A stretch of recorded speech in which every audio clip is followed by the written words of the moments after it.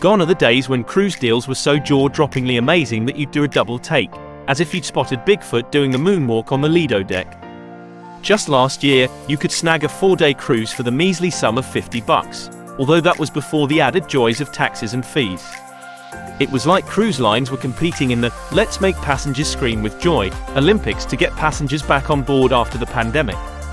The cruise industry prices have now gone bonkers, and prices are shooting up faster than a poolside waterslide. Grab your life jackets and let's take a ride through the tempestuous waters of cruise economics.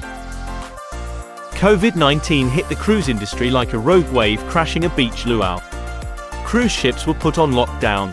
Coming out of the pandemic was a slow process, as potential cruise passengers opted for other types of vacations or just saving money entirely. The horror stories of cruise ship passengers getting stuck on ships amid COVID-19 outbreaks still lingered for a long.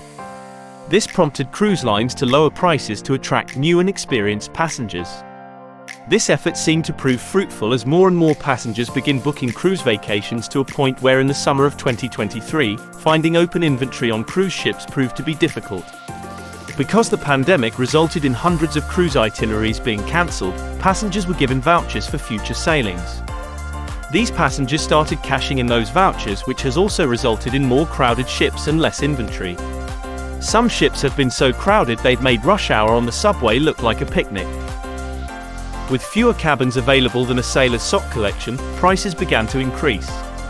Supply and demand at its best. The increase in cruise fares hasn't stopped passengers from booking. In fact, they're booking at record rates. 2.5 million passengers have taken a Carnival cruise in the first 9 months of 2023. Carnival just announced their Q3 earnings at $6.9 billion, the highest quarter earnings since the pandemic began. Last fall, Royal Caribbean opened up reservations for its newest cruise ship, the soon-to-be biggest cruise ship in the world, the Icon of the Seas. The cruise line saw their single largest booking day in the company's 53-year history, which is quite impressive. The lowest posted rate for the Icon of the Seas on Royal Caribbean's website is currently set at $1,668 for a 7-night sailing, which comes out to $238 per night per passenger. Although there's a very large difference between the Icon of the Seas and an older cruise ship, the Icon's rates are some of the highest we've seen from a mainstream cruise line. Cruise lines have also started upcharging for some food, beverage, and experience packages.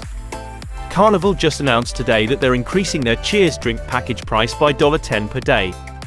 Some celebrity cruise ships began charging $2 for premium cookies, which outraged many celebrity loyals.